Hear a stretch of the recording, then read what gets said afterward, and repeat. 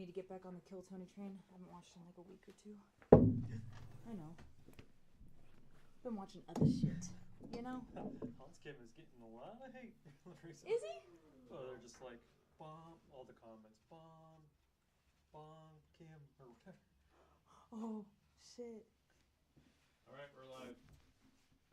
Just so you know. Testing. Can you hear me, everybody? I think our signal's strong.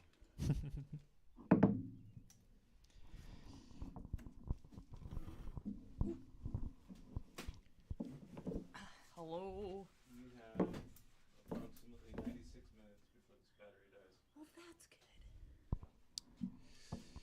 Wait, hold on. Let's get some ASMR. The plan was, there you go. Oh, I like edged it a little bit. Just. Now here's how you do it. You almost ruined it. Hold on. Now we're gonna get into can semantics. Coca-Cola cans were engineered for that crisp. I'm just working with a Truly right here. Oh, that's good water. That's really good. Oh. I can't wait to be a mom that plays softball. I'm just gonna have these on the sidelines. It's gonna be me all day. You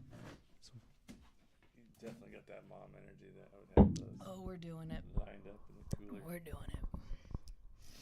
Just waiting for someone to talk shit. Yeah. Don't make me go out there. Alright, so I'm going to pull this up on the live stream real quick so I can see how it sounds. Today's topic is the unwritten rules of comedy. Mm-hmm. So I went to Facebook earlier to see what people's opinions were. Mm-hmm. All right, sounds all right. So we're just going to refer to that list. Hey, Scott, good to see you on the live stream. What's up, Scott? Scott. And, Does he prefer going by Scott or Steve? yeah, his name is Steve Scott. It's the thing about having two first names is like, You have to go Is with the flow. is it cool just going with either one? Yeah. I'm sure he's used to it. Technically, he's both. So Lopez. I mean, that's why. I wish But more people Lopez were isn't a named first Lopez. name, That'd be right? sick. As a first It's a name? strong name. Yeah. This is my son, Lopez. Baby. Okay. Don't work. All right, so the unwritten rules of comedy. I did write some down.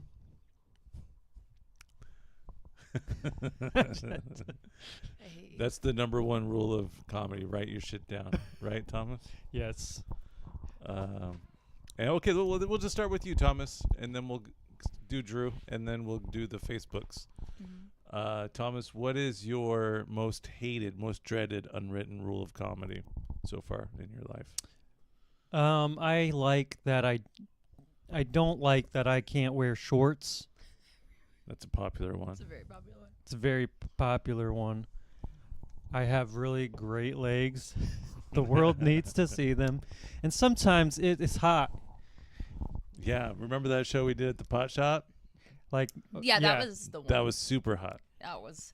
I wore shorts that day, and I got 0 laughs. And even though I don't like the unwritten rule because of the comfort, I think there is a psychological aspect to it that makes it so you don't really earn their respect when you wear shorts and sunglasses on stage. I guess I can definitely agree with that. I think that it was one of those rules that we just kind of recognized. We're like, oh, people like don't respect us when we're wearing less clothes. Like cover more, look more professional. Like shit. Comedians back in the day used to wear like full suits and stuff. Yeah. And you had to look like Oh, yeah, nice. you look sharp. You had to look really like John Mulaney status. Yeah. So for it to be as casual as it is now, I guess as a lady too, we can kind of dance that fine line to where you can be like, oh well, it's just like my dress code, you know, like I'm a girl, and you can wear like dresses and stuff. But I think anything it's like the knees. maybe Rule of the knees. maybe you just gotta have tan legs to do it. Well, You I gotta don't have know great about legs that like Tommy because, like you said, you do have great legs, and maybe that's part of the distraction. is that you can't enjoy your jokes if you can't stop looking at how great your legs are. That is true. You can't be hotter than your jokes. You know? do have to be good. For sure. Like, you got to balance it out. That's why I stay fully clothed.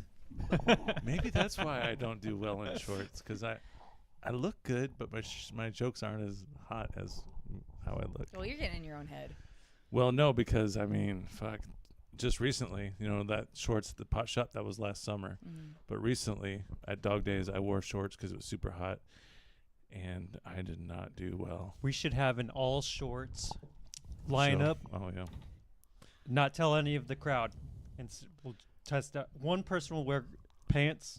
We'll test Call it out short this Ooh, theory. okay. Do like a little science project on the public to see Yeah. if they respect, and make sure the guy with the pants isn't the funniest comic either. That, yeah. 'Cause That that would was a ruin it. very important quality. Actually, have it be the host. Okay, I like that. That'd be good. That'd be good. Yeah, I don't know. I haven't really ever fucked with the shorts rule because I know that the way that my mind works, if I accept something as a rule and then I break it, I'm gonna think that things are less in my favor already. You know how that kind of mindset works, where it's like, oh shit, I'm breaking the rule. This is gonna be bad. Yeah. Or if it isn't bad, then you throw it against the logic of the argument. Be like, see, everything went great. But there aren't that many instances so far. So we can't really disprove it. Yeah, maybe it's a rule for a reason. Maybe. We spent a long time on the short segment. What about good luck? What are you guys' thoughts on good luck? People telling you good luck. Oh, well, Better than break a leg. there's two very different ways of thinking about it. It depends if it's from a comic or not. If it's from just somebody who is genuinely wishing you good luck, it's like, oh yeah, that's very sweet.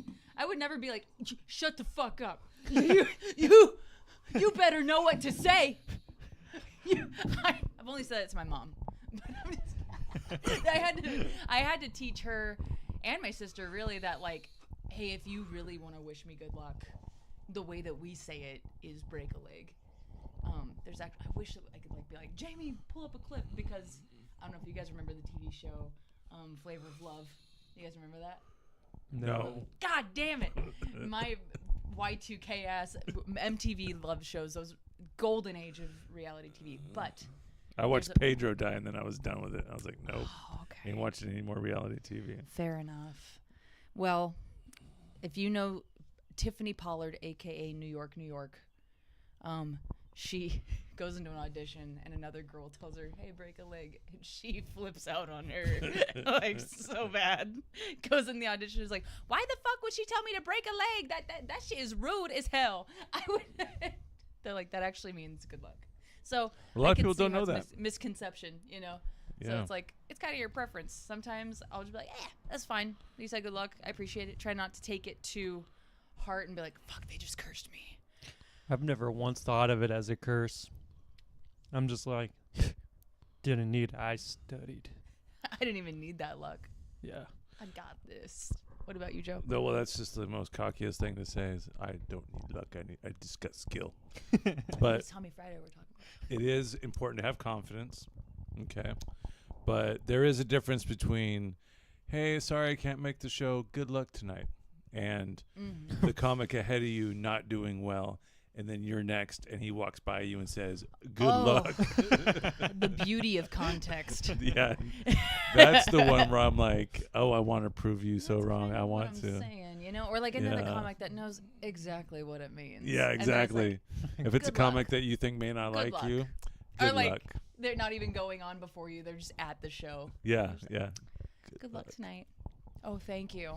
I hope Thank you so much. I hope you kill it. Good luck. I hope you kill yourself. Half the people that I've ever met that hear someone say break a leg, they don't know what it means. It's crazy to me. Really? Yeah. See, I think it's such a commonly known thing because it's not used just for comedy. But I'm also a nerd and I came from a theater background. So, in my world, a lot of people know what the fuck that means. Yeah. So, but you guys aren't Yeah. theater kids. So one of my Break a leg. Get in the cast. Exactly. So, whatever. I like it though. It's a term of endearment.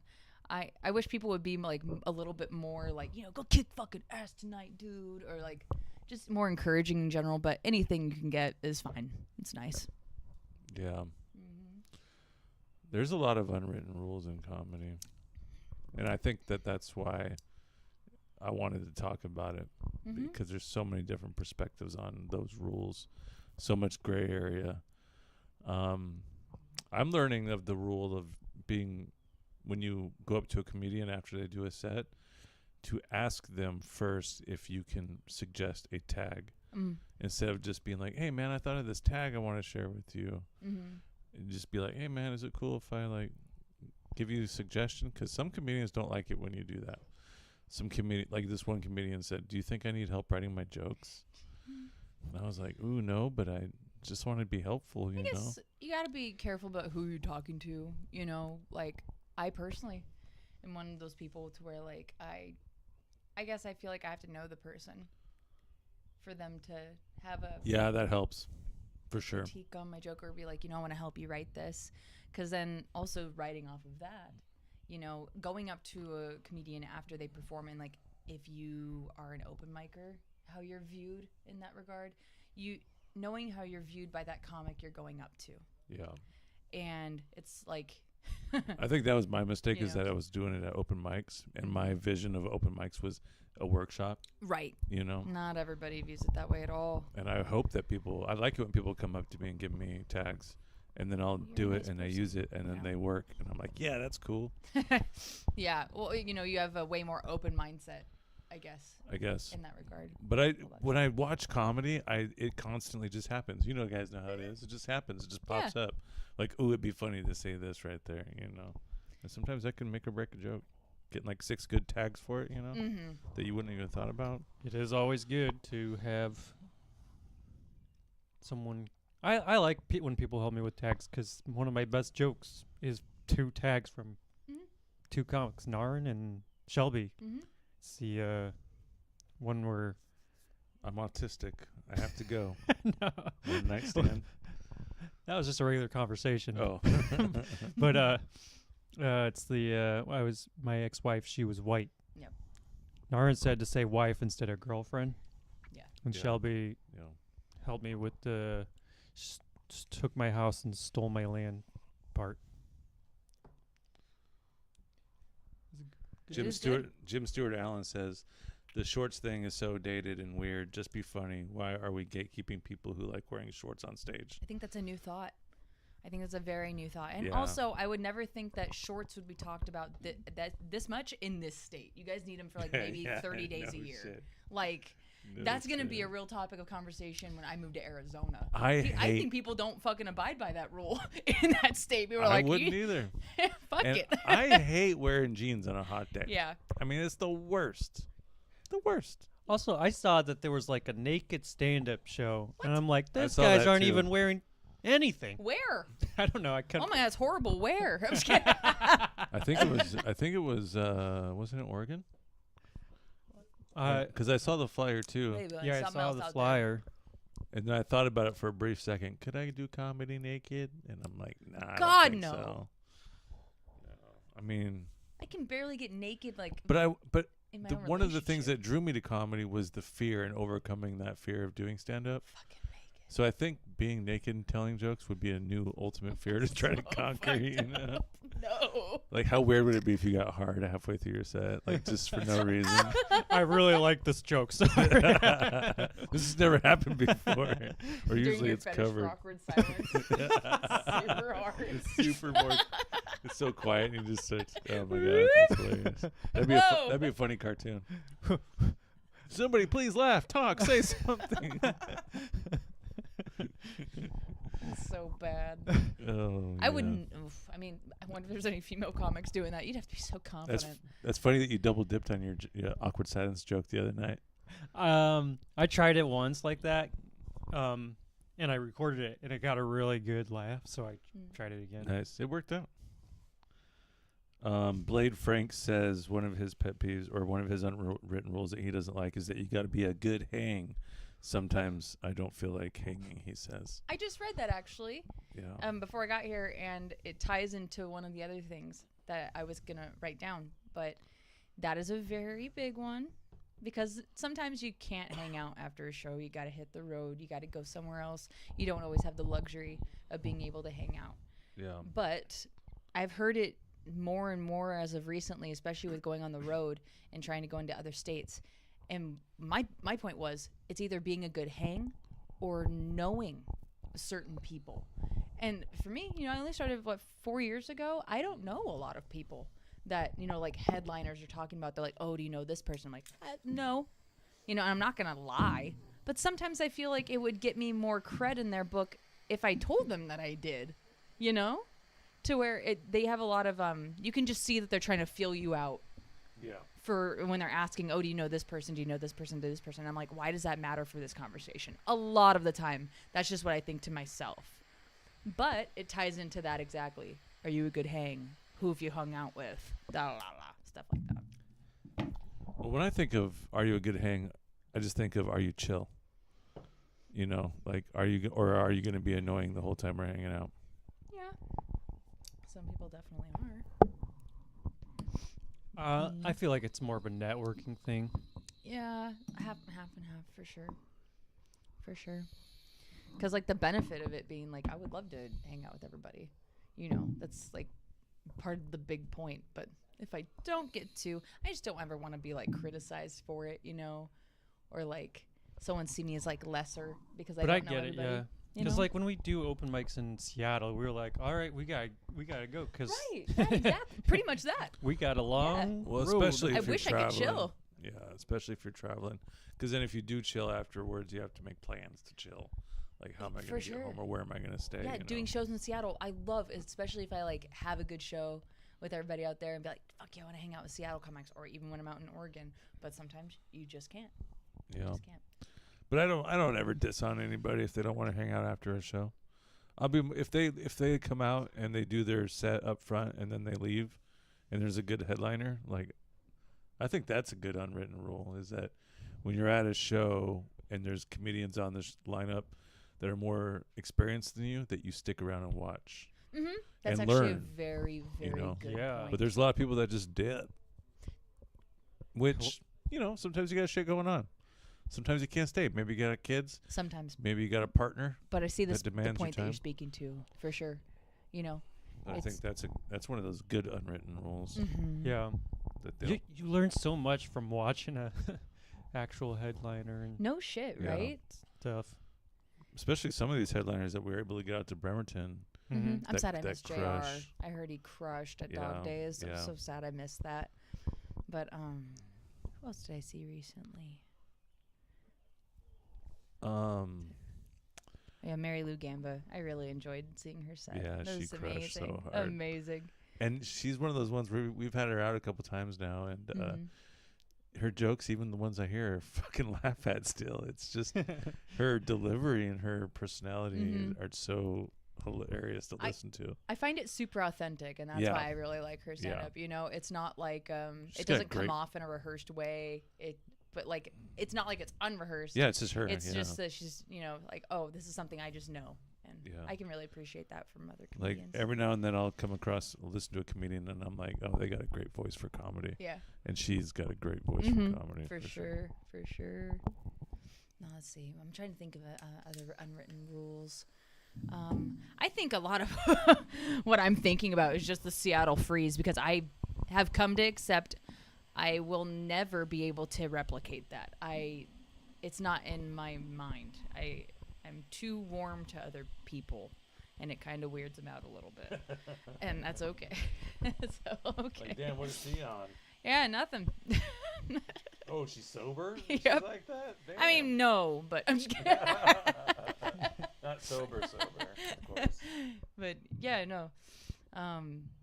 Casey McLean was one who told me that. He's just like, yeah, you're clearly not passive aggressive at all. And I was like, yeah, I'm not. My favorite person is aggressive. That's me.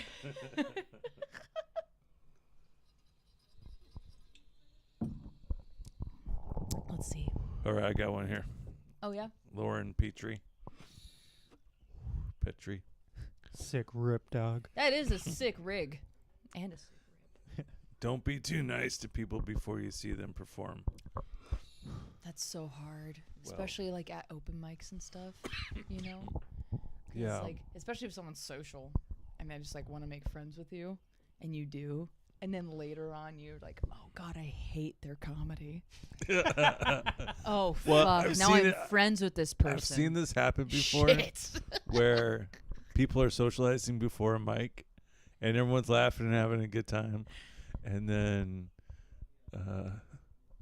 everyone's funny but except for one person, Yeah. and then that person tries to socialize again, and now they're kind of like the black I mean, sheep. I don't want to like close them out. It's all about your attitude, right? True. So it's like if you take it as like, yeah, I ate shit. Yeah, Just yeah. be real. Yeah. Just be real. Don't be like, yeah, I fucking killed that. Because then we're all going to look at you like, you goddamn jackass. No, you didn't. Do you even Then it's realize gonna what's make it going awkward. on? Then it's gonna make it awkward. Yeah. Here's the cool thing about being socially awkward. I don't really have to worry about this rule. It's like people, I'm not talking to no one. Yeah. Don't look at me. Yeah, we only talk to you. But I mean, We're I've lucky been if we there. get a response. I've been there where I go to another town, go to a city where the comedians never seen me before, you know, and I'm the one that is great in conversation, and then just go up there and don't have a good set. And then all the locals are like, yeah, that guy's weird. You know? But then I will never be like, oh, yeah, I crushed it, you know, because that's definitely what makes it awkward. Well, that's, oh God, I can't imagine driving home. I love it when someone says that, and I'm like, oh, tonight? Yeah, it's tonight. Oh, okay, cool. Like before you got here? Yeah. Like, Oh, do you double dipping tonight? Was it a camel crush? What's going on here? Camel Crush. The fuck out of here. No, I feel that though, especially because like you try to balance between like, okay, I want to make sure I am not just staying in the corner and writing jokes, going up on stage and talking to fucking no one. So when you do try to network, it is such a 50-50 chance of it being like, this could be really good or this could be so bad. Yeah. Because also you don't even know these people, right? So it's like then you get into the comedy community and they're like, oh, you know this person? Well, you know they did this. And it's like, oh, fuck. Yeah. Like it's just such a interesting community. I've never been a part of anything like this. You know, I think about this from time to time where, you know, if you decide to do stand-up comedy, part of it is networking with other comedians. And then it kind of opens your eyes to just how many comedians and open mic comedians there are out there. Yep. I think the number is a lot larger than I thought it was when I joined comedy. Yeah. But when you network and whatnot, I think that you have to get yourself out there. Fuck, what was I saying? Damn it. I was going somewhere good with that Goddamn shit. dab. Yeah. Who do we have to blame for this? What is this string? That's some tilted. Anything by Tilted. You put yourself out there and you network in comedy. Oh, yeah, okay. So then, like, most of your friends or most of the people you associate with are comedians. Next thing you know 150 comedians, right? Mm-hmm. Well, sometimes I think about this, like, what if I never would have started comedy? Like, all of the people that I know and that I'm friends with now would still be out there doing their thing, but I would have no idea who these people would be. Correct. And it's crazy to think of how many people that exist. You've been doing it 4 years, so same with you, Tommy. You guys probably know at least 150 comedians in this state. I don't even know if the number's that low, dude. Like, At least. Yeah, at least. And that's a lot of people. And it's just funny to think about, like, any work that you do, you jump into and you go into head first and learn from, you network and you become friends with people. But comedy is different because there's not very many places you can work where there's like 150, 300 people workforce. For sure. You know, and then even if there is, you're not friends with all those fuckers. You're just friends with all the people in your department, you know? Yeah, we're like the most interesting nonprofit in the world. Yeah. Like, it's just a bunch of, there's no organization really. We're all just showing Like, up. if it was a nonprofit and everybody was on the same boat, like, there would just be people falling off the boat. Oh, yeah. And then just people getting run over or caught in a rotor and fucking all kinds of weird, crazy shit. It would be a fucking mess. Any poo. Courtney Bird said that you have to bomb a lot to get better. I don't disagree with it. I just hate it. It does suck. Yeah. Because then sometimes I think it's a balance thing. It's one of those things that's a self-managing issue. And that's why it sucks so bad. I know how far I feel set back if I have like one bad set. And then it's like, oh, well, how am I supposed to balance this with all these other, like W's, like having like a good set? It's about like the good to bad ratio, and you never want it to be more bad than good, right? So I think it's that's something that you worry about all the time. Yeah, that's the dream, is to stay over 50% ratio. What? Where are you, dude? But, yeah, I think early in comedy it makes sense to understand that bombing is part of the process. Yeah. Sometimes people come out of the gates firing hot, like Paul Goodwin, man. I don't think I've ever seen him bomb, and ever since he started, And some people do that, but some people don't. Some people, it takes a little bit longer to learn. Now, if you're bombing for like 2+ years, that's really good endurance. That's that's some really good endurance. That's some dedication. Hey, at least you have dedication. That's someone saying I crushed. I love comedy. True. I don't need to fix anything. Same set for 2 years, just not crushing. I enjoy the pain. But we're no comedy pros. We're not trying to sound like we fucking got our shit figured out, because we definitely don't. But I fucking hate bombing.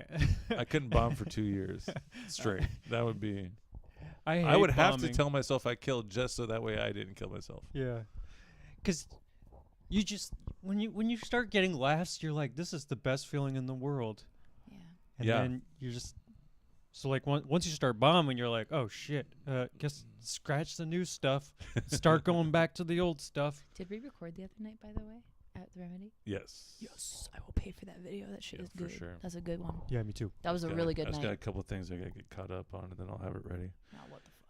Oh, what the hell? Oh, what the hell? Jeff Lott says, don't do coke off the ice machine. That's an unwritten rule, apparently. Well. Yeah, do ice off the ice machine. Yeah.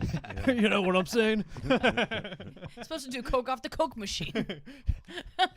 Brendan Graham says, some things are off limits. Well, Brandon, that is a Brendan thing. Yeah. We're talking about Brendan's off the limits, He's upset that there's an unwritten rule about some things are off limits. Some things are for sure off limits, You read your room. That's a hard thing to do, though, too, is especially with Washington, man. I've never been in a more diverse state as to, like, town to town. Everyone is so different. And, you'll have sometimes a really split crowd, but always go there. I think it's still worth going there and learn what's off limits. See what works, because you can recover from that as long as it's not like a fucking hate crime. But you can recover from that. You have to be able to learn from your mistakes. You have to be able to read the room, read the crowd, and learn from what just happened. But if you're going out there just to fucking shock and awe without anything to learn, you're fucking up. It's probably not going to end well. Like, at least make it funny. Like, whatever. Try. Yeah. Like, there's always that dialogue in your head every day, and then you have to hold shit back. Like, every day I wake up and I realize, okay, I'm a dude, so automatically these things are off limits. Do not say these things in public. Sometimes having a filter is hard. Like, myself, but everybody has their own temperament as to, can I tell this on stage? We'll see how this goes. Yeah. And I guess, I don't know, having your own personal boundaries. Just don't be cringe. That's a hard line for people to manage. Even though I do like a good old-fashioned cringe show. That's not my show. Speaking of coke, Megan says you have to do coke to make friends. I laughed at that one. On Facebook. I will say... That's a good unwritten rule that shouldn't exist. I don't know if it's a requirement, but I will say that is a way to bond. That is a solid way to bond. You don't have to do it, but I think that if you do, it proves that you are willing to risk your life to hang out with this person. You are willing to have this person potentially see you OD. Yeah. But the thing you're entering a new realm with that person. Yeah, it's like a trust fall game. Also, I've had no one really ask me, be like, bro, if you want to be friends with me, you got to share this cocaine with me. That's like, I haven't had that happen. I will say I've never done coke, but I could see why it would have that feeling like, ooh, we're doing something bad together. Yeah, it's like an initiation. Actually, kind now of it's feeling. kind of brave to do coke. Oh, for sure. Seriously. Yeah, you do it first. Why do you always want to do it 20 minutes after I do it? That's horrible. R.I.P. all the friends we've lost. Yes. Well, yeah. That's why. It's fucking wild, dude. Coke's not fun anymore. It's scary. What else you got? Ace Haynes says that you have to pick a lane. He doesn't like that concept, but I like my audience confused as shit. That you need an opener. No, I will tell the warm-up jokes to introduce myself. Thank you. That you want laughter in moderation. Actually, delete that part. It is still unwritten. I think that's a really old-fashioned thing, Yeah. personally. But that's just my take. What do you think? I think that was unwritten on stone. You're welcome. I bet you comedians in Hawaii wear shorts all the fucking time. I wonder if they're funny. Was that a comment? No, I just thought of that when I was reading. It's these probably a comments. totally different mindset over there. You know, Yeah. You much say, more free. Hey, brother. Brada. What are you, Jamaican? Yes, Jesus Christ. Brah. It was so bad it was racist. Oh, shit. What was that last one? I feel like we just skipped over. I think there's a written rule, unwritten, of if you're enjoying someone's comedy, even if you're enjoying it, like, don't laugh so hard that you're distracting the crowd. John Blankenship says, I knew there was a reason why my last set went bad. Got to cover my glow sticks. His glow sticks were hanging out the bottom of his shorts. That's an okay thing. You know, he parties. Yeah. He says, you got this. When you hear that, it means you don't got it, but we wish you did. That's funny. Unwritten rule. Yeah, let's try to think of some unwritten rules I that will are actually say, good. and this is such like a hot take. Other comics wince whenever you hear someone else, like, they give up in their set and they say, so what do you want to talk about? Oh, yeah. That's I have done it. I think everyone has done it, but I think it's something that we all reflect with one another. Like, in your own head, you're like, oh, no. Like, damn Yeah. it. You wish you could help. You're not going to, because there's also that unwritten rule of do not say shit yeah. to help your friend. Even if they're your dear friend, don't fucking say anything. Tom Jorza says that wearing shorts is cringeworthy. Yeah, well, you don't have to move around, motherfucker. So, We love you, Tom. yeah. But He's always got the breeze on him. Is that what you're yeah. Well, I mean, like, when you wear jeans and when it's hot, you sweat Mm-hmm. a lot, you know. And I don't want to I want to be able to have shorts and be free Mm-hmm. and not sweat, have a breeze going through there. You know what I mean? You just want to come straight from the beach, dude. You're like, I'm Yeah, for sure. Also that. I like that. I like I just going to came- the beach. I just got done crabbing. Yeah, exactly.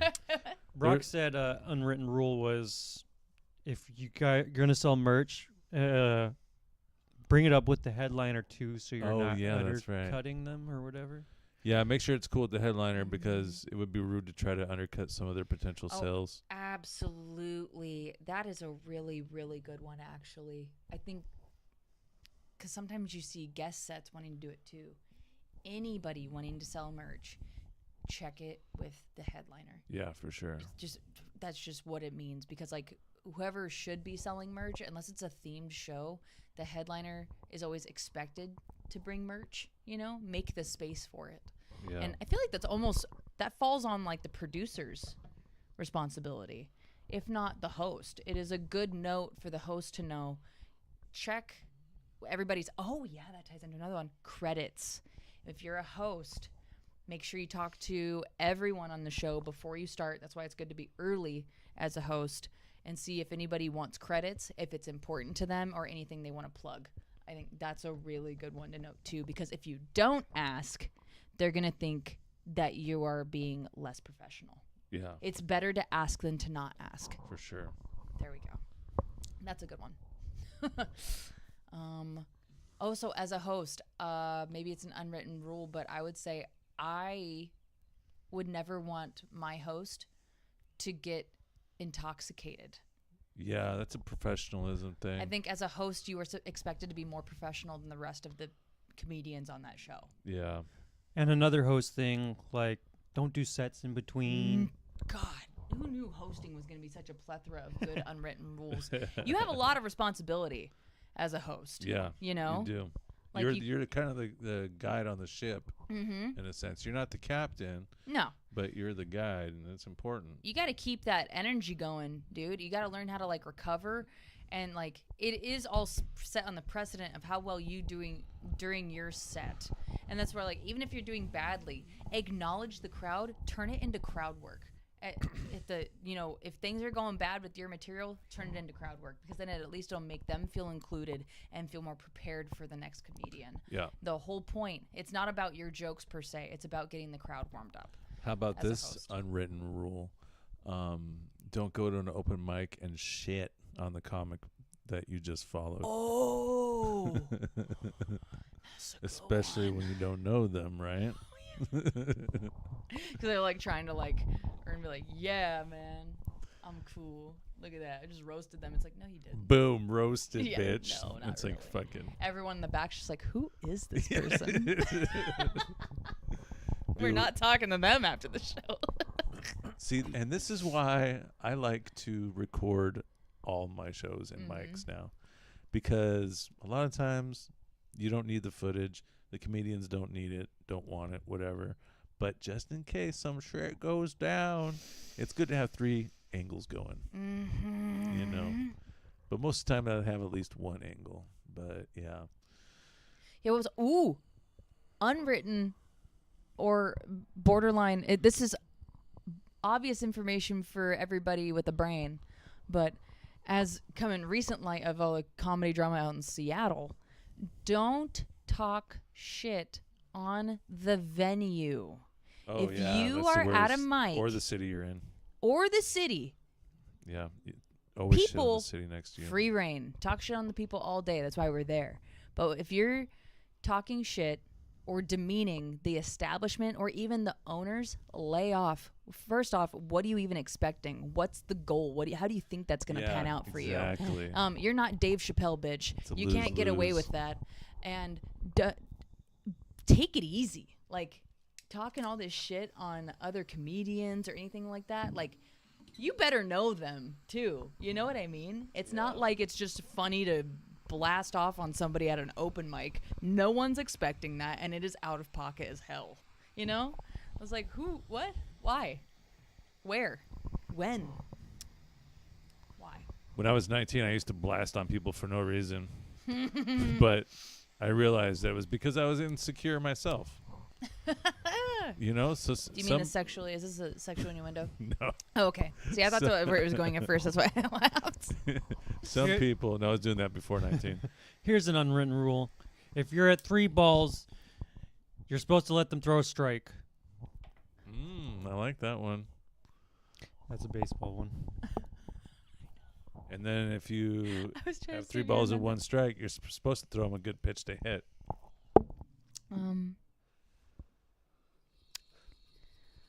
Let's see. Ooh, text message. I'm liking the podcast, Joe Brock says in the middle of Sick. the podcast. Thank you. So let's try to think of some unwritten rules that we like. Unwritten rule 2, because Brock just came in the chat, I think that you should always adjust the mic stand accordingly to the comic. Yeah. That's a very important thing, because it will if they have to spend even 10 seconds adjusting the mic stand, you're fucked. Yeah. Oh, You're and fucked. another mic stand one. Unwritten rule. Put it Putting behind it you. behind Yeah, you. Take it to the side. Put it to the side. Unless it's literally part of the joke, fucking Yeah, keep it out of the frame. keep it out. Some people, it's just like right there the whole time. Yeah, You're just yeah. like, how do you not see it? It's Yeah. right fucking there. Yeah. Here's another unwritten rule. If you're a new guy in comedy, like just starting out, you gotta hump the stool. It's like an initiation, right? Yeah. You're initiating your entrance to the stage by humping Yeah. the stool. I will say it's when acknowledging lights too, this isn't even like calling anybody out because I have a hard time sometimes. Make sure that you know where it's coming from. Burning the light is like a cardinal sin. And sometimes people don't want to see it as that because it is easy to do. How to avoid that is make sure that be annoying before a show. It's better to be annoying before a show and ask the host or whoever is lighting. Make sure you know when that shit is coming. Even time yourself. Don't burn the light because there is no quicker way to get people pissed off at you than burning the light. You have to remind yourself that you are cutting into other people's time. That time doesn't just come from nowhere. It's coming from other people's sets, and it's gonna fuck you over. It just is. Yeah, it just is. But you know what? I am empathetic to some comedians. But confirmed. You only. But some comedians, they're just so overwhelmed with the moment when they're new, and the last thing they're thinking about is the light and where it's going to come from, and then they think they're killing it, and then they just burn the fuck out of the That's light. why I think that they should taste that heat. Yeah. Sooner than later, because guess where? You're not going to have patience in a fucking club. If that's what you're aspiring to get to, they're going to be like, what? You don't know where the fucking light is? What are you, new here? You know what's funny is that I'm not a fan of turning off the mic myself. Like if it was my job to turn off the mic, I wouldn't do it. But whenever I'm at another mic and they do it, I laugh my ass off. Oh, like they cut somebody off? Yeah, like there's some mics that will just turn the mic off if you're going to. Somebody got played off last night. That was hysterical. Like with music. The music? Like the fucking Oscars. Like the Oscars.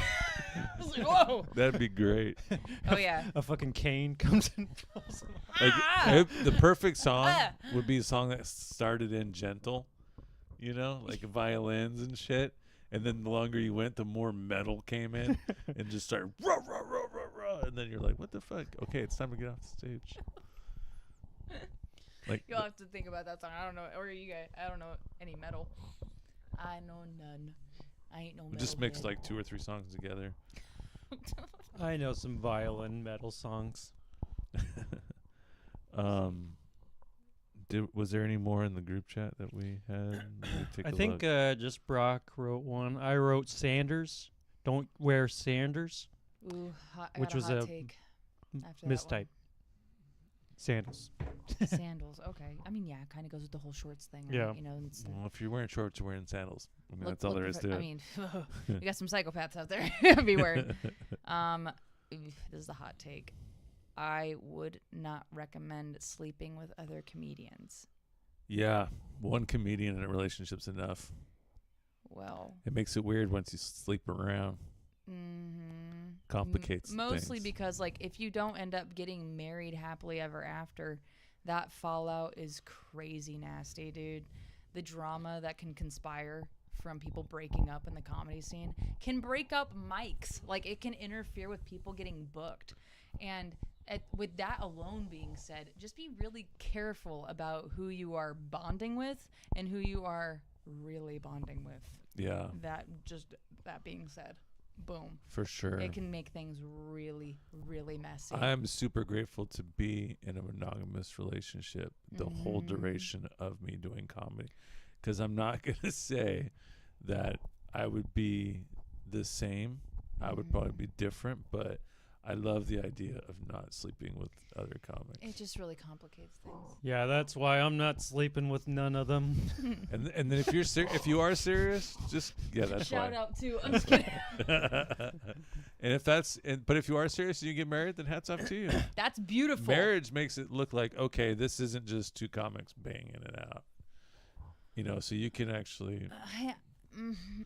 I've just seen it happen so many times now. That's where I'm just like, dude, people talk way too much shit for it to be like a wholesome thing. Even when you guys are happy with one another, everybody else is talking so much shit.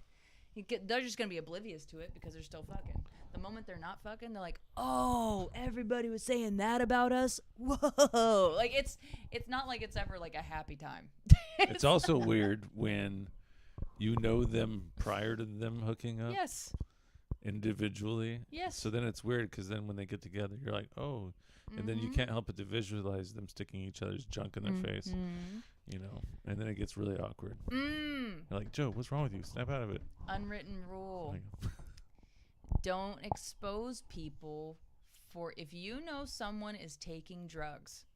If you know someone enjoys drugs, don't talk about that shit. Do not talk about it. Especially That's on not stage. your business, bub. Especially on stage. That I've seen that before. That was nasty. You know what's so funny though? Tony Hinchcliffe was calling out Hans Kim about doing coke. He's like, "Really? I heard you were doing coke in the bathroom in the green room or something like that." And then Hans is like, "What? No, I quit doing coke." Maybe they get a pass. Well, it was hilarious though. Yeah. But yeah, I know In what you're the saying. nature of their show and shit. Yeah, like that, exactly. Look, you if know? I want to do They a have a little relationship. PCP before my set, that is none of your That's business. what I need to kill. Dude, PCP. Oh, shit. That'd be a show and a half. Go up there and do whale noises all night. Like somebody go pull him off stage. No, you go pull him off stage. He ain't coming down. He's been up there for 10 hours.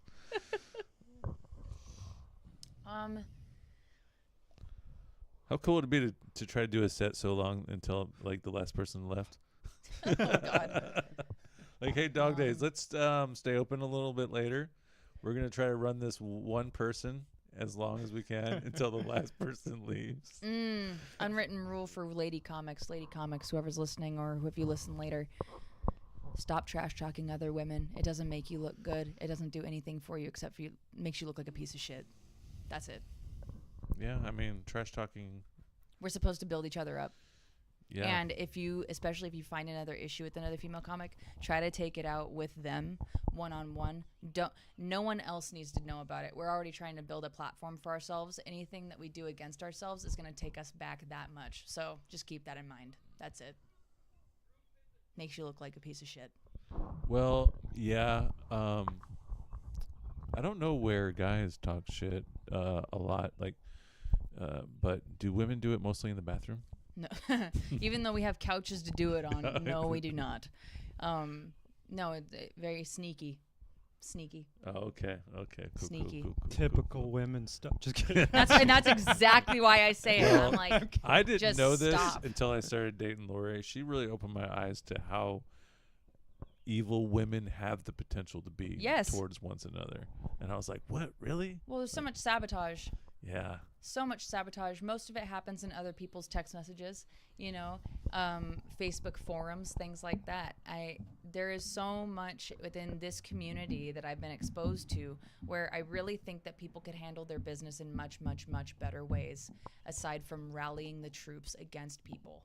That doesn't help. People don't know your business. Handle your business on your own. Don't bring other people into it because it just makes you have a bad reputation. It's like any other sector of business. You wouldn't do that at your job. Don't do it in comedy. Yeah, comedy doesn't really have an HR. We have to police ourselves. It's just us. Yeah. It's just us. So it's like be that much more careful about what dirty laundry you're airing out to other people, and vice versa. If you notice someone's being a piece of shit, talk to them about it. Don't be afraid to call them out for being a piece of shit. I think there needs to be a lot more of that in the comedy community, and we would have less drama going on. But maybe I'm getting a little bit out of unwritten rules. I'm writing my own rules down. I think that's just maybe part of being a good person. And it would make comedy a lot easier to have each other's back. You know what I mean? It'd make it a lot easier. Yeah, I agree. There's a lot of things you can do in comedy where you can shoot yourself in the foot. And You could shoot yourself in the foot. yeah.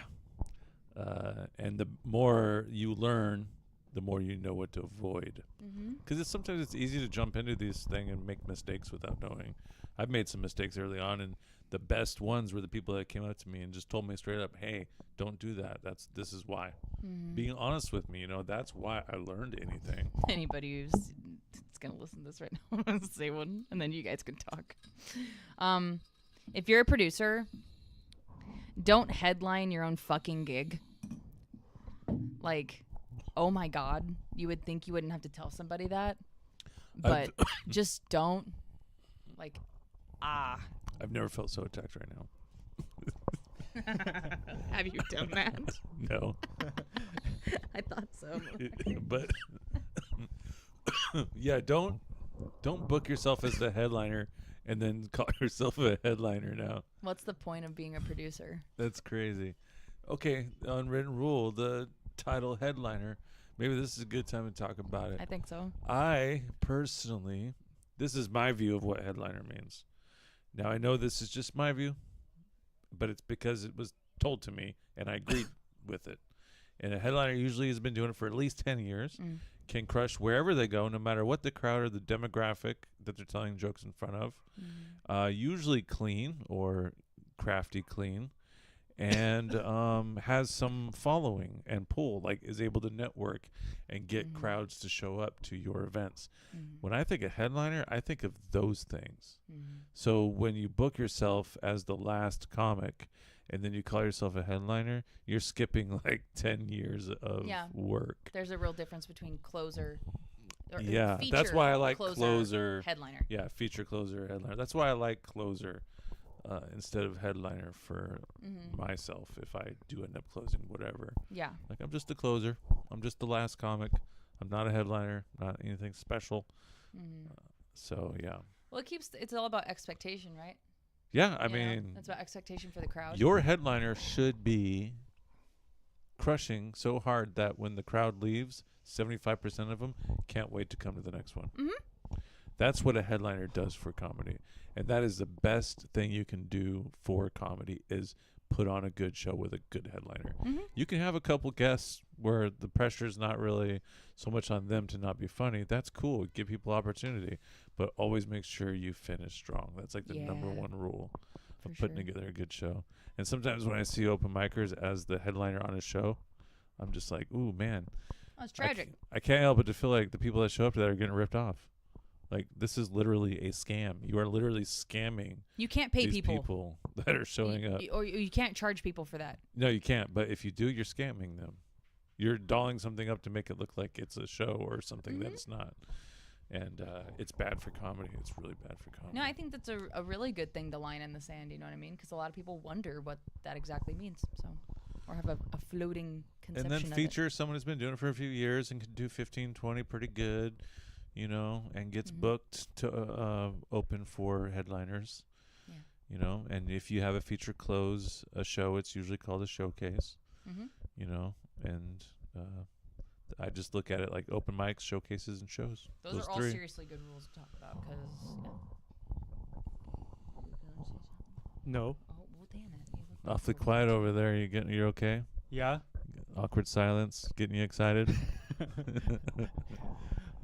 Well, I don't know how to say anything about this topic.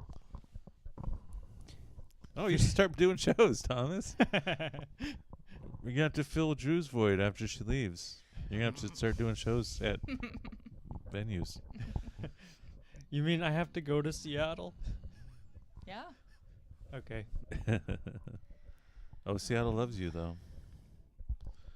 I am jealous of you, Thomas, because I hear your jokes, and I'm like, man, he's so squeaky clean. I wish I could do that. But I just love the words fuck, shit, and well, you gotta give up sex if you want to be as good as Just kidding. That's no wonder what it is. Yeah, that's funny. You guys should hear my Michael Richards impression. Michael Richards impression? Just kidding. Who's that, a should fly. guitarist from the Eagles? I love that was your guess. Because he's gonna be like, no. And I don't know who that is. Yeah. And I wasn't gonna ask. Are you gonna Google it? Yeah. Okay. Michael Richards. Maybe I Richards. said his name wrong. Watch, it's like not even. They're like Google's like we don't know who that is. Are you thinking of George Michael? It's like some doctor in Pennsylvania. Yo, can I take a dab, Joe? Lori asks if anybody needs a beer Well, on the live stream. Gosh, she's such a good lady. sure. Instead of Sure. bothering you for a dab, Bring I'll two take a beers. beer. But I'll do a dab. I'll line one up. I'll take a Ronier. Michael Richards was Kramer. Oh, that's right. Oh. So what does it mean to pull a Michael Richards on stage? No. What does that mean? I can't remember. Is he racist? Yeah.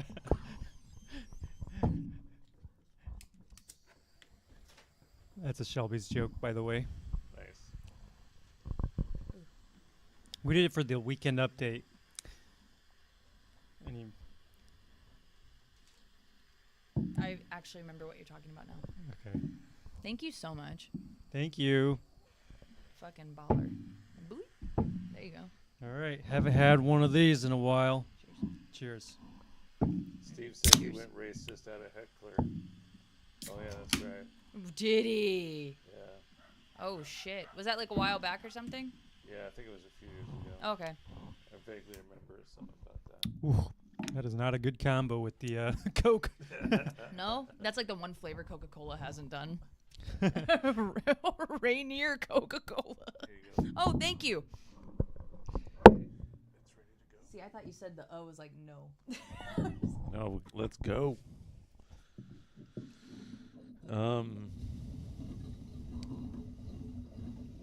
So far, Tom George is leading the way with the most comments. I love that. Getting in on the conversation. Pointing out all the times Thomas makes a good point. That's nice. Thanks for watching, Tom. Thank you, Tom. Tom's got to stick together. Yeah, I have an exciting announcement. We're trying to make something work. We're trying to do a roast battle between Tom and Max at Remedy Speakeasy next Wednesday, the 31st. So hopefully we can line that up, make that happen. Should be a good time. And Brock and I are going to roast each other so we can get some practice in before our roastamania. Yeah, it's pretty Thank you. good, huh? Yeah, no problem. Yeah, you always have the best wax. Like, I fucked up and got this one. Just tasted like pine sol. How cute is this little wax ball in I there? like it. It looks like a it little just bead. forms and then it eventually just dissolves. That belongs in a wax museum. I wish I could get it out. I can't get it out. Oh. Yeah, but eventually well, you it gotta break it a piece. eventually Oh, just falls apart. But Yeah. that's crazy because it doesn't like start out small and then just It's grow. like a little moss ball. Like it just shows up one day. Probably Like all the smelled little good tiny beach. particles come together at once. What about drinking before a set? I think it's It used fine to be if the you only can way handle I yourself. can do it. Like, don't get trashed. It's all about your level of responsibility. If you can carry on your set and do well, then you're allowed to drink. But honestly, don't get trashed before your set. It's just unprofessional. I used to have 2 beers every time before I went up. At least 2 beers. Usually it was 3. But I tried never go past 3 before I went up. But it was the only way that I could really calm my nerves like Fair enough. efficiently, you know? Yeah. But once I stopped drinking, I had to learn how to not use that crutch anymore. Mm-hmm. And there were some adjustments that I had to make. But I remember when I used to drink, there was one night where I was like, I'm going to see how drunk I can get and still do my set. And I was shit tanked. And while I was up there telling my jokes, I was like, yeah, this feels really bad. This feels super unprofessional that it's obvious that I was slurring. Uh-huh. You know, I was that drunk. So I was like, yeah, this is bad. And usually I could play that shit off. No. Usually when I'm shit tanked, I was good at playing that shit off. There's I've been no there once hiding it. before, too, and I will tell you, it certainly was not intentional, but it doesn't feel good. Like, there's no way you can No, I feel know good what about your I know joke. which one you're talking about. Yeah. That sounds awesome to me. It's unfortunate that you feel like you didn't have a strong set, but there were times where I did have a little too much and I still killed, and that felt so good because you feel I know you what feel you're invincible. talking about. That time, yeah, I remember what you're talking about. There's one other time where it was a paid gig. I was told that I could drink as much as I wanted, but I also wasn't told how many shows I was expected to do that night. Yeah. There were 3, not 2. And so I got fucking tanked after my second set because I was super proud of myself. Was told I had to go up again. That was the worst set I've ever done in my whole life. Ever. And I hated it. Yeah. So it's like, learn how to manage the line for yourself. But am I going to be mad at someone for having a few drinks before their set to get loose? Nah. As long as they're still funny. That's what it's all about. Yeah, just Be funny. Fixes everything. Sometimes I've seen somebody who I could tell they were drunk at my show, and I've seen them perform a little bit sober and they killed way more when they were sober. Sometimes that makes me a little bit sad to see a comic has that much more potential when they're not drunk, and yet they feel like they need to be. There is definitely that, but it doesn't happen all the time. Not enough to make a rule out of. Yeah, for sure. But it's a professionalism thing, you know? Be professional. And it's totally a biased thing, too, because it comes from how much I like the person, how much I'm like, yo, I think they're really talented. I want to see them, like, go off right now. And sometimes if they don't meet that expectation, it makes you think something else. But So the most whatever. cringe comedian you can be is someone who wears shorts, sandals, a tank top, and is shit tanked on stage. Would we agree with that? Can we ask everybody watching? Is there anything else we can add? Oh, they're wearing a cowboy hat. Oof. Yeah. So just everyone in Texas. And it's covering their eyes. And they're wearing sunglasses. Yeah, for sure. Fuck, that's bad. Sunglasses, dude. a That's cowboy bad. hat, shorts, sandals, with socks on. What about a hat? I actually like performing in a fine. hat. Hat got to be way up, though, so they can still see your eyes. If it's down Yeah, if and it's like shoulder shading level, your eyes. like down here. Yeah, no, that's no good. That's like shorts. No, because like the hat's cool. Yeah, that nah. Yeah, it goes back to No. the professionalism thing. Same I with, look good in a hat. same with not don't gonna look lie. down.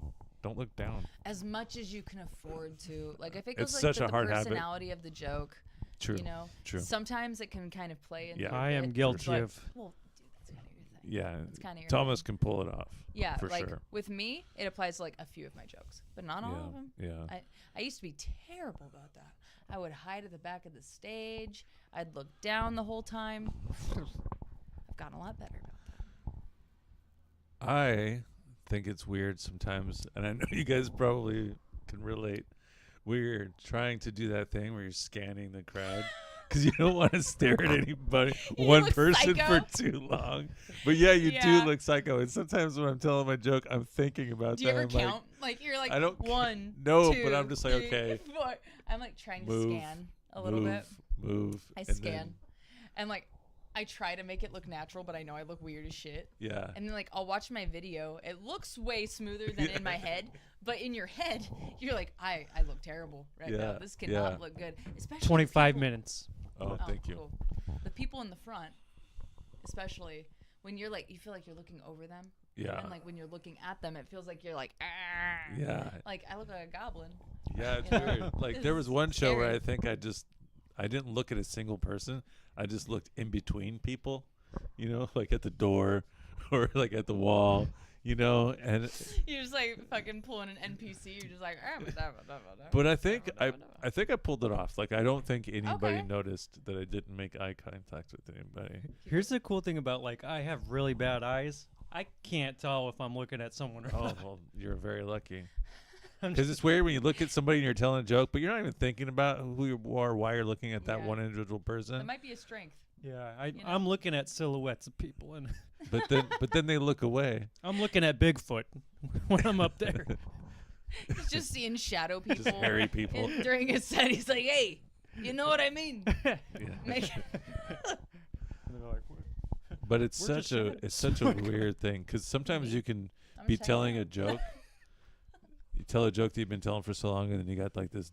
You can actually have a side dialogue in your brain while you're telling the joke Oh, it's terrible. about something you're observing. You know, like Well, yeah, and then like, I don't know. I think that's where crowd work comes from.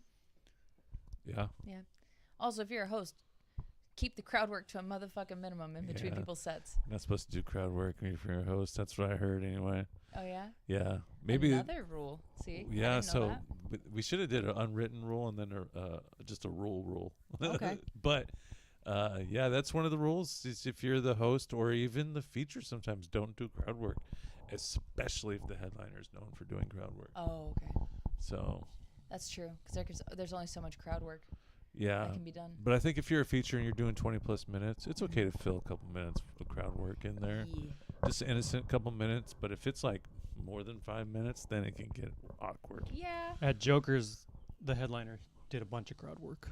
Yeah. So I did very, very minimal.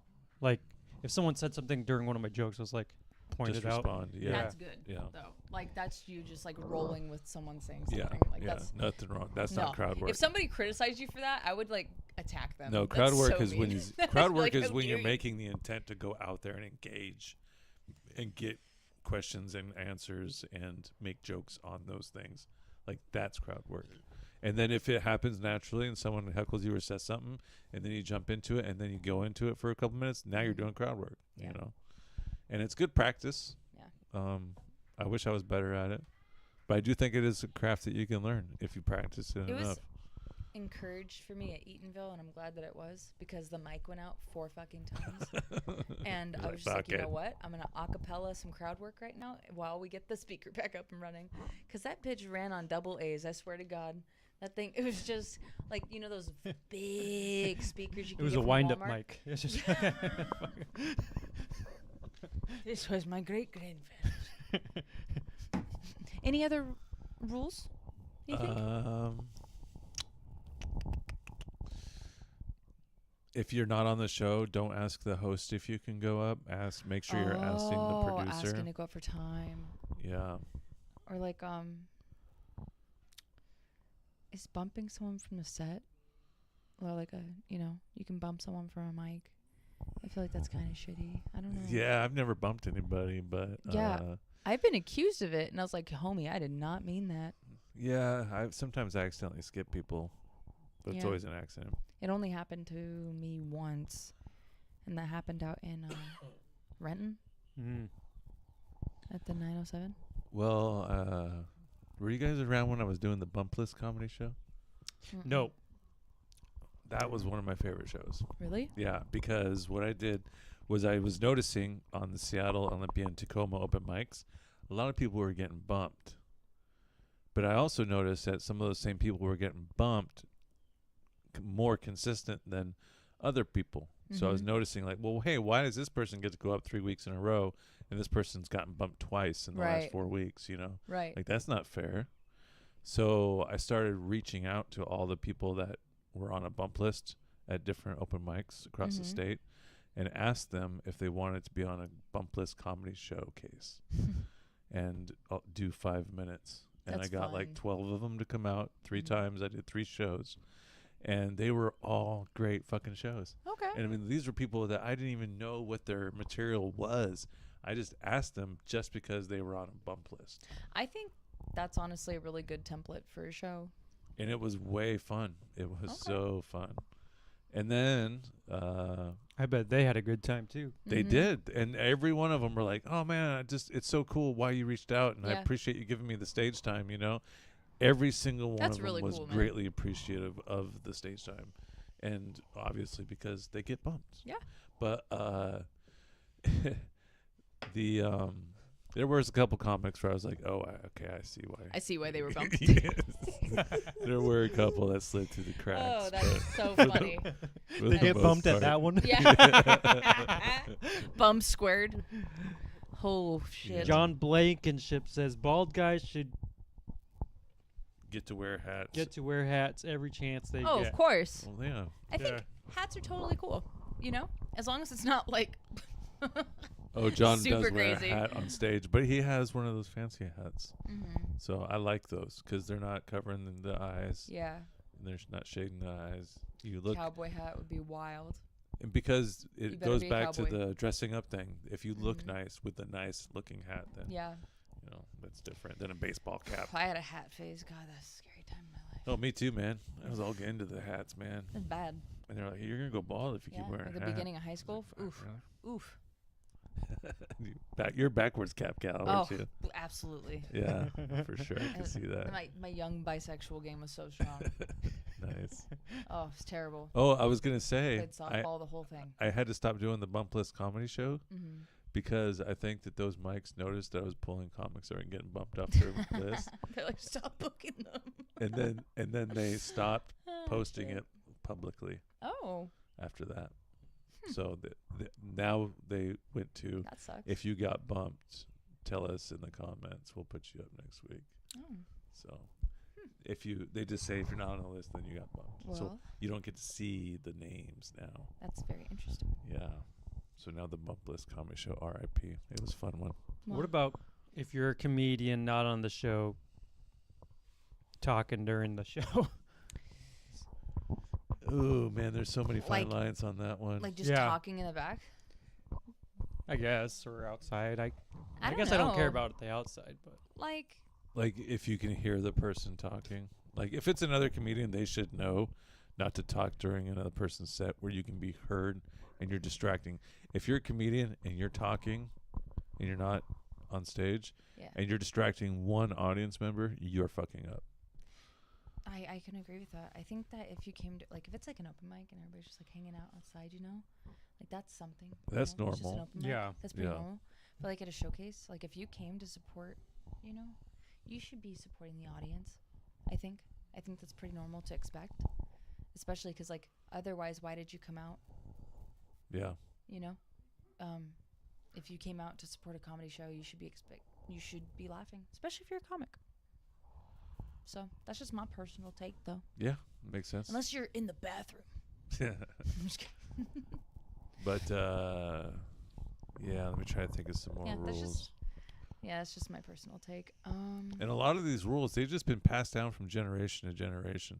Yeah. These aren't our rules. These are just things that we've learned from doing comedy, And some of these rules you have to learn the hard way, There's so many unwritten rules, you can't even go over them. Yeah. I'm sure there's a list on Google somewhere. We should unionize. We should chat GPT the unwritten rules of comedy. I'm going to do it right now.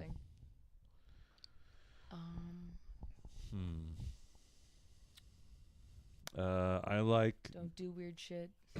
Just kidding. Yeah, don't do weird shit. Don't steal people's money.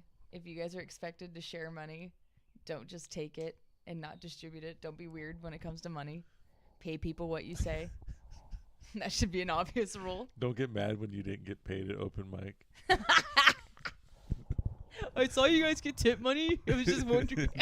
That would be funny to reenact, actually. I did 4 minutes. The one guy that signs up. Oh my god. The one guy that signs up thinking that if you go up, you get paid. Just flipping out. Or like he bothers like over he 4 sees that, minutes. like the feature comedian gets like beer tokens. He's like, I noticed that like I didn't get beer tokens. Yeah, yeah. Can I please?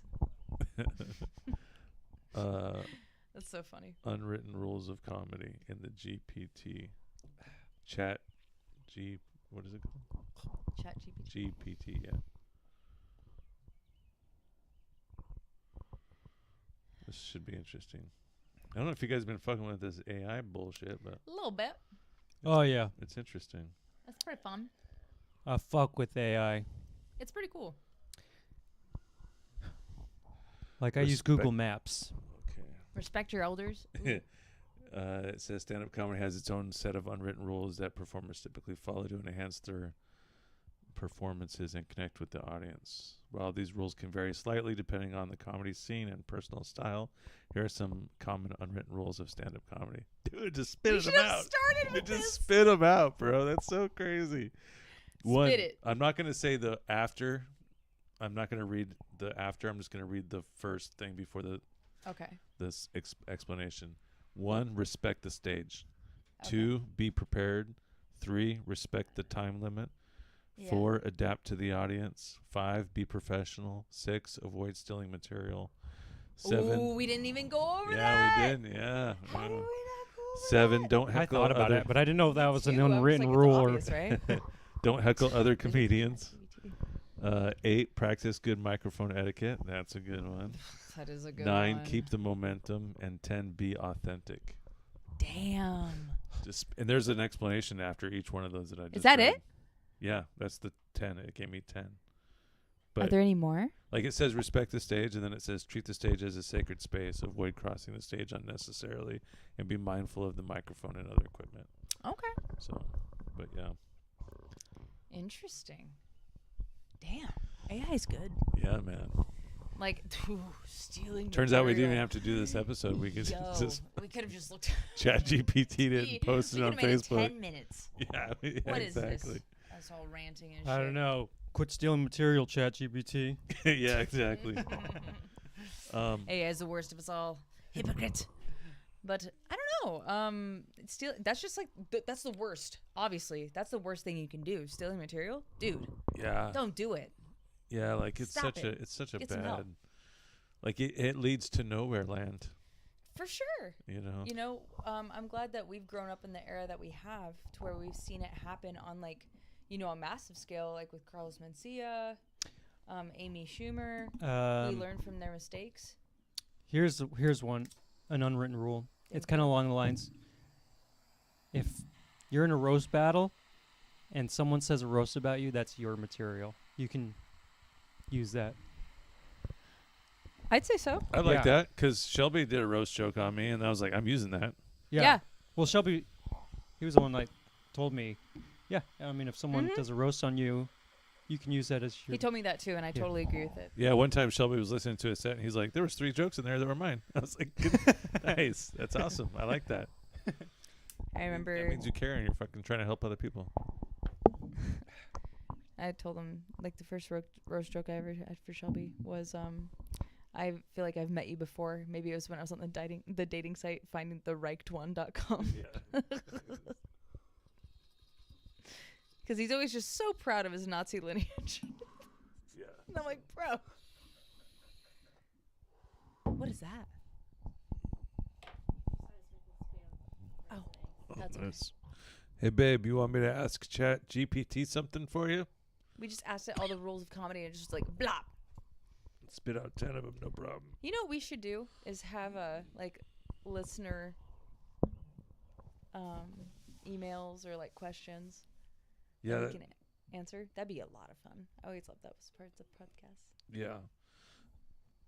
That'd be funny. That'd be fun to do that like on a regular basis. Mm-hmm. Because we can even Zoom call people in and shit. Yeah. I want to get back to doing that. I had a good time calling people. What do you guys think about political comedy right now? Like, I've been watching a lot of The Daily Show, always. But, like, I miss Trevor Noah, personally. Do you guys ever watch, like, John Oliver? Yeah, I like John Oliver. I like when they're good at it. Yeah, for sure. But stand-up comedy, the only political comic I like is Bill Hicks. Mm-hmm. He was the only one. He's like a god to me when it comes to political jokes. Yeah, like, conservative comedy's trash. It just is right now. It's so bad. And I don't know anybody that identifies as a, Democratic comic. That'd be wild. That would be wild. I feel like there's just everybody in Seattle. Or like liberal, No, what's funny is when we that mall show in Port Orchard, dude, when 2 old wily veterans looking dudes came and sat down for the comedy, and then Chris Atkinson was doing his bit about all the gays in Disney. And oh my God! they just stood up and walked away, and it was the most hilarious thing. I was not there for that. That's so funny. Yeah, that was the first show. But you were there for the first show. Right? No, not the first one. that spot is a jam, bro. It's a jam. Should get like a legit stage, I like it just the way it is. Really? Honestly, yeah. It was fun. It's so like show worthy. Okay. Like it feels like it could be a show.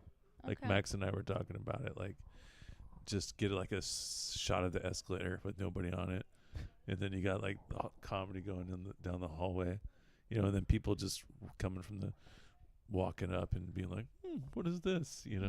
Mall rats.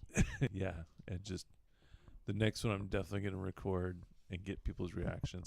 It was so fucking hilarious. I was in the back of the crowd watching the crowd react to the comedians, and the comedians were crushing it. And then Morgan was telling her joke about killing babies, and this guy walks up with a stroller and a baby in it right as she's saying these jokes. And it was so fucking hilarious because she goes, "Oh my God, is that a baby?" And everybody turns around and looks, and they're like, "Oh shit, it's a baby." And it was just so funny, and it's like so perfect because I didn't record it. Mm-hmm. So that's why one of the best, coolest things happened is because I wasn't recording. It's so funny.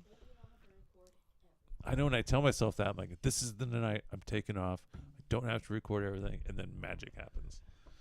And I'm like, well, then maybe I should just never record again. So that way it's magic every time. Yeah. Yeah. The best sets happen when you don't record. Exactly. It's just what happens. My top 3 sets are not on. What? Oh, the Mariners losing now? Oh, okay. That's so funny. He's like, huh? Shane Gillis is a pretty conservative comics, Max Wysong says. Really? Yep. Well, I don't mean him. That's not what I mean. I mean like Hinchcliffe. Okay, then I need to redefine conservative comedy, I guess. I guess if it's comedy and they're doing the jokes about it, I I mean, think people who like identify like as conservative comics who are doing like conservative humor okay. stuff, like that's more so what I'm referring to. Not like definitely not Tony and Shane. I'm huge fans of them. So if that's, I need to redefine my definition of conservative then. If that's what they're considered, then yeah, that's definitely not who I'm talking about. So Is Joe Rogan considered conservative? I don't think so. Dave Chappelle? Maybe I'm more conservative than I think then. Interesting. Because That's a good topic for the next. I definitely vibe with most of what they say. It's not too extreme.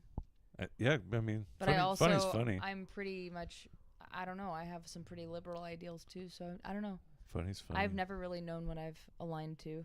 I fucking hate Biden. I'll throw that out. Biden's a I wreck. think he's he's a shambling corpse of a Dude, president. I've been watching every single Russell Brand episode. It's so educational, Yeah, so on point with all the bullshit yeah. that's going on in our country. And he says it I so. watch a lot of Jon Stewart. Yeah, I mean, Jon Stewart's great. I wish he ran for president because then we'd actually have a president who gave a fuck. That'd be wild. But, dude, Biden's so bad. Hillary's so bad. He looks so scary. Like, you know, he had a facelift. Dude, yeah, because his eyes are like half. Oh my god, it looks like he's wearing a fucking Halloween mask or some shit. I mean, I don't want to diss on our president, right? America, I'm proud American. I am a proud American. I'm sorry. But about a Biden veteran is who I not my talk shit president. about? Okay, let's I mean, say that. At least Trump was funny. At least Bernie Sanders had a personality. And can fucking talk. This is very political. I'm This sorry. is the political end Start of the. talking about. I'm sorry. Okay, I'm Thomas, who sorry. do you think that I would be the coolest president, the best president to be right now after Biden's done? I never talk about politics. Dwayne The Rock Johnson. He's a popular one for sure. But he was just involved in a kidnapping case. What? Yeah. Dun, dun, What? dun. Or Jason Momoa, Lenny Kravitz, no, he's too hot. He'd Britney get Spears, shot. She's dead. Let's face it, America. Shakira. She's gone. Did you see that TikTok where her face changes? No. Oh, dude. That'd be a hot click episode right there. Oh, yeah. Just sexing it out. Dude, look it up right now. Look it I up. don't have the TikToks. Oh, God damn it, Joe. I refuse to give the Chinese government my information. So she was doing a dance video and she like put her hands over her face and then it changed to her sister's face. Oh, really? Yes. Like, was it an app that did that? Yes. So you can do that in TikTok where you can load up a picture of someone else's face and do green screen Oh, okay. as a filter over your own face. So it was Jamie Lynn doing a dance and then has her sister's face over it. That's fucking weird as A shit. little bit. Dude. I'm just saying it. Conspiracy theory. I think Britney Spears I heard is dead. Jamie Lynn's a good mom, though. Is she? That's what I hear. Not if she's posing as her sister when she's dead. That'd make her a bad sister, but a good mom. Just kidding. That's toxic. Wait, is Britney Toxic. Spears? Is Jamie Spears dead? No, it's Oh. Britney that I'm talking about. Oh, okay. Britney's dead. Her career's dead. Yeah, literally Google it later. Okay. I should have got Alexa out here. We could have had Alexa out here, and we could have been talking to her, and then we could have been That would chat have been really GPT-ing. cool for that conversation because Yeah. then I could have someone who agrees with my theory. What should I ask Chat GPT? What is Br- life? I won't agree. Mental hazards of doing stand-up comedy. Oh my god. Depression. Mental. Oh, here's I like people saying you have to be like a broken family or whatever to be a good comedian. Mm-mm. You're proof of that. You are one put together motherfucker, and you crush. And you had structure in your life growing up, so yeah, put that little lie to shame, huh? My life isn't all bad. My mom made it pretty good for us. Got a structured life and know how to structure a joke.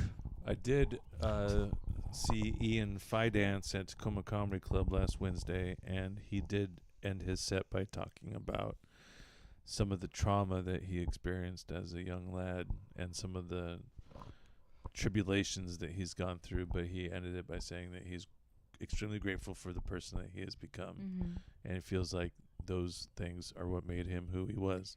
Yeah, he's a great comic. Yeah, and I really enjoyed him throwing that out there. That was really cool. Because I've only said that kind to of a somber note to end it on, but that's all right. All right, here we go. It gave me 7 things. Stand-up comedy. The mental hazards of doing stand-up comedy. Stand-up comedy can be exhilarating and rewarding experience, but like any performance art, it also carries its own set of challenges and potential mental hazards. Here's some of the mental hazards that comedians may encounter. 1, performance anxiety. 2, rejection and criticism. 3, pressure to constantly create. 4, self-comparison and competition. 5, loneliness and isolation. 6, mental health issues. I like how you laughed at that one. 7, identity and authenticity. Yeah. Yeah, your identity and authenticity can get all kinds out of whack when you do stand-up comedy. I think the more that you isolate yourself, that can happen. For sure. For sure. But if you got a good group of buddies, you'll be all right. Yeah, that helps a lot. Like, I enjoy my isolation time. I really do, but I understand that it has to be, like, a certain amount, you know? Because if I could let myself go down that isolation wormhole, then it's not a good time. It's not good. All I do is isolate. Well, are you okay, Tommy? Yeah, I just like being alone sometimes. I don't like seeing sunlight. I like ordering DoorDash. Thank you for supporting my career. And are you the one that uses the app at McDonald's? no, I don't do that. Okay, because they've been asking me every time I pull up now. It's worth using it. That's what I You get points. I actually haven't been to McDonald's in a long time. Really? Proud It's of been you. like 2 months for me. It's been like 2 days for me. I love me some McDonald's. Shit's good. Yeah, it's too good. I ate it too much. Can't even think about it anymore. Give me a quarter pounder. Delicious. How much time we got left, Tommy? Last time I zoomed in. Yeah, get your face in there. Look at that guy. Look how young he is. 8 minutes. 8 Okay. minutes. So the battery's going to die in 8 minutes for the live stream camera. So I suppose we should wrap her up. Let me play the Any Titanic hot theme. topics? Hot topics. There's one in the mall. Bert Kreischer is coming out with a movie. Are you guys excited about that? The Machine, the movie. I'm definitely going to go see it. I think to that would see be a what it's all fun one. about. It'd be cool to try to gather a bunch of comics around for I that just one. feel like, I'm really excited to see Jimmy Tatro. I like him very much. I'm excited to see a comedy movie I might enjoy. It seems like comedy movies are far few between. Yeah, like, I'm not a huge Bert Kreischer fan, but I'll go see it for sure. It's supposed to be like it's a fun story, and I love Jimmy Tatro. Yeah. So. I think that comes out this Friday too. So. Yeah, I'd be down to go see it. Well, shit, I have a show in Seattle. We have a show in Seattle. I always go on Tuesday when it's $6, so I'm gonna go see it next Tuesday. We'll see. Or Saturday. Ooh, Andy Miller commented on the post. Yeah. Oh, never mind. No. He's replying to a comment, not my post. Okay. Never mind. Yeah. Bummer. I like Andy Miller. He's always got a hot take. Mm-hmm. And I think like I always got a hot cake. I think just respecting people's boundaries is really good too. Like, but that's just more like social courtesies. Everybody's got their own temperament when it comes to that. yeah, like don't hug unless you know that they're cool with hugs. For sure. You know? Oh God, why didn't I talk about that? Yeah, no shit, right? I saw this dude try to give you a good one on your cheek once, and you're like, yeah, nah. I was like, yeah, that's fucking hilarious. You don't just fucking kiss people on the face. So fucking annoying. You definitely have to ask to kiss someone on the face. I don't even give off those fucking vibes. Yeah, I know, right? Like, at all. Yeah. That's why I look like a lesbian most of the time. It's a fucking self-defense mechanism. Yeah, don't fuck with me. I'm like a bluff. Today's not the day, I'm poisonous. motherfucker. No. Yeah, I can't think of anything. I'm sure there's like a bunch of things. If I would have been a little bit more prepared, but this was kind of like a last minute put together thing. So I'm always big. Like, I like to tag back to the idea of respect. Yeah. No matter if you know the person or not, be nice until you have a reason not to be. Yeah, and if you don't like somebody, just don't fuck with them. Yeah. You don't have to shit talk. You don't have to go, just don't fuck with them. Just choose wisely who you fuck with. And work with people that you enjoy working with, especially in comedy, because you should have a choice on who you work with. Don't complain about not getting booked. Yeah, every comedian wants to be booked more publicly. than they are. Like, I guess if you want to talk shit about it, like with your friends and you guys are like drinking and stuff or whatever, sure. But like, just putting it on a public platform, like, it just doesn't look good. It looks sad. Yeah, it looks sad. Poor form, but. Well, it's like, I guess it's unprofessional to a certain point.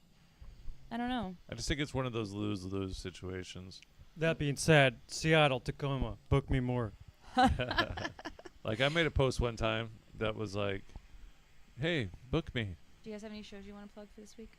Yeah, we got a show. Well, we have open mic on Wednesday at Remedy at 9 p.m. Yeah. We have a show 7 p.m. at Hood Canal Brewery on Thursday. Cool. And then Friday, open mic comedy at 7. And then Saturday, Moe's on Liberty Bay at 7. Okay. I will be at TCC on Thursday at 7:30 p.m. for the NSFW show, also known as the Rated R show. Not It's safe gonna for what? It's going to be a raging time. I'm going to have 10 rockin' minutes. Fuck yeah. And I'm going to tear that place down. And then Friday, Tommy and I got a show out in Seattle at the Shanghai Room. And that's going to be at 7, I believe, as well. Or 8. I need to check the poster. But it's going to be a great show. It's us and Femi. And he is from Seattle. He's fucking hilarious. So if you can make it, come on out. We're going to take the ferry most likely. So, yeah, it's going to come through if you can. It's going to be a really good time. On Thursday, I'll be at Hood Canal Brewing. That is in Kingston. In between Kingston and Port Arthur. And then on Friday, I'll be at the Shanghai Room. Between 7 or 8. I got to check the poster. He's just repeating half of your shit. And then Ba-ding, let me check ding. my calendar here. Also known as Port Orchard. Ba-ding, ba-ding, ba-ding. On Memorial Day, I'll be taking a memory class. Must be And native. then in November, All right. Oh, you got a date in November you want to shout out? I'll be at Muckleshoot again. Oh, fuck yeah, dude. Okay. Hell Live, yeah. Laugh, Lobotomy on June 22nd Oh, hell yeah. at 9 p.m. Mark your calendar. It's going to be a wild-ass time. I am... Vanessa Dawn headlining. Fuck yeah. Yeah, it's going to be a good time. I'm going to try my damnedest to be back. And if not then we have another one on July 8th. It's going to be very soon after. So Which is a special day to Drew. it's my birthday.